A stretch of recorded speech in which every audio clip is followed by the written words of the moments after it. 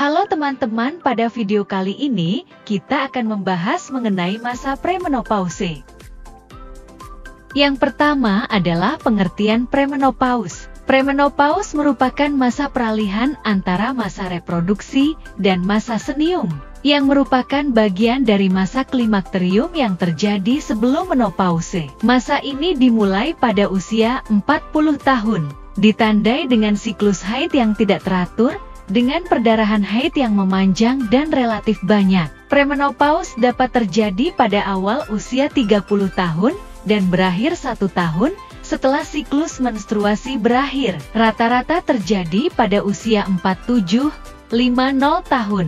Premenopause terjadi karena semakin tuanya ovarium, sehingga fungsinya dalam memproduksi estrogen menjadi menurun. Proses menjadi tua sudah mulai pada umur 40 tahun, jumlah folikel pada ovarium kurang lebih 750.000 buah, dan saat premenopause tinggal beberapa buah.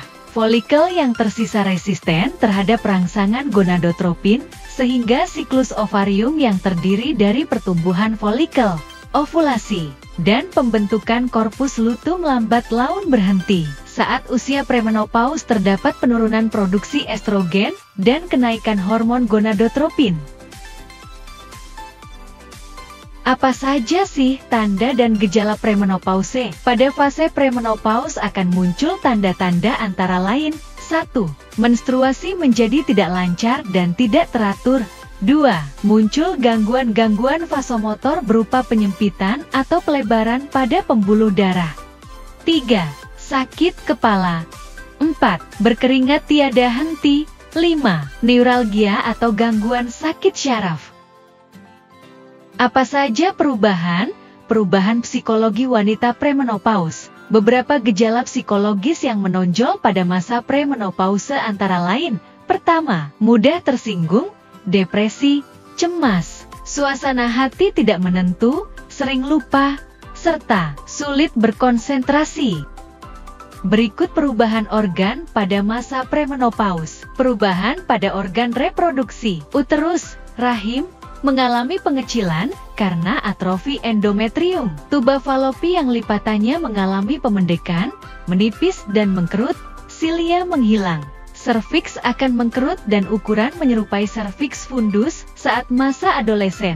Vagina mengalami penipisan, sehingga rugai Hyalm, berkurangnya vaskularisasi dan elastisitas, serta sekret vagina lebih encer. Kekuatan dasar panggul dan elastisitas menghilang. Perineum dan anus hilangnya subkutan menghilang.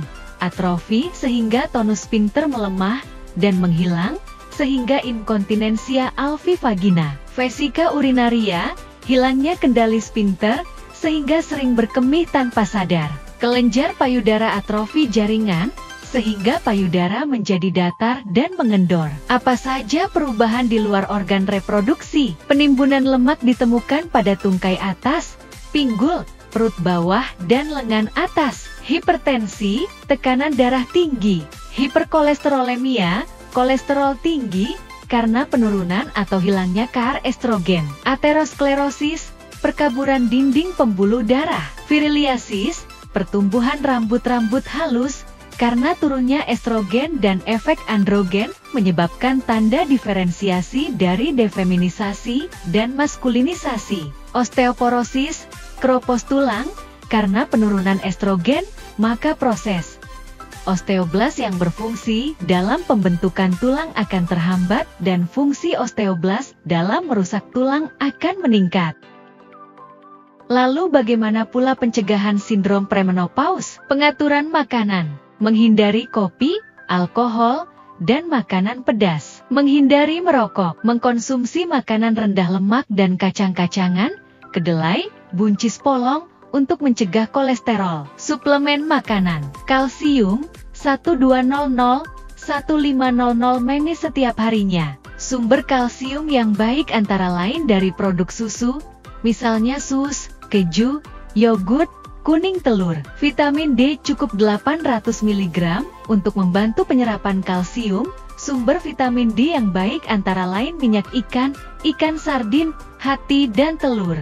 Vitamin E. Sumber vitamin E yang baik antara lain sayuran berwarna hijau, brokoli, bayam, buah, alpukat, mangga. Melakukan teknik relaksasi seperti yoga, meditasi. Melakukan olahraga teratur minimal 30 menit setiap harinya, seperti jalan kaki, bersepeda, dan berenang. Aktivitas seksual harus tetap dilakukan untuk menjaga keharmonisan. Setiap selesai hubungan seksual, basuh vagina dengan air hangat. Melakukan senam Kegel untuk menguatkan otot panggul. Beristirahat dan tidur cukup. Yuk bahasa faktor-faktor yang mempengaruhi kapan wanita mengalami menopause. Usia haid pertama kali, menarche. Semakin muda seseorang mengalami haid pertama kalinya, semakin tua atau lama ia memasuki masa menopause. Faktor psikis. Keadaan seorang wanita yang tidak menikah dan bekerja diduga mempengaruhi perkembangan psikis seorang wanita. Mereka akan mengalami masa menopause lebih muda. Jumlah anak. Semakin sering seorang wanita melahirkan, maka semakin tua atau lama mereka memasuki masa menopause. Usia melahirkan.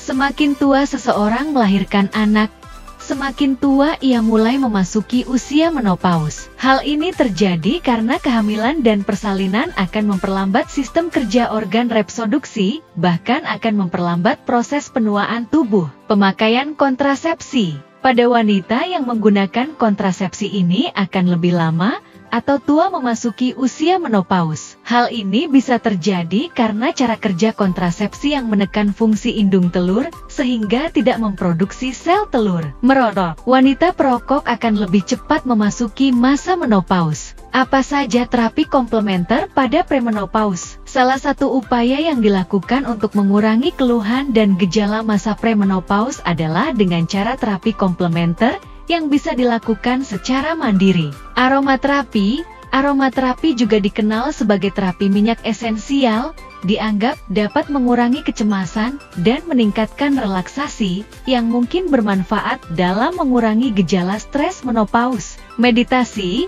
Meditasi ialah kegiatan yang dilakukan dalam jangka waktu tertentu dengan melibatkan pengosongan pikiran dari semua hal yang membebani dan menjadi masalah dalam kehidupan sehari-hari.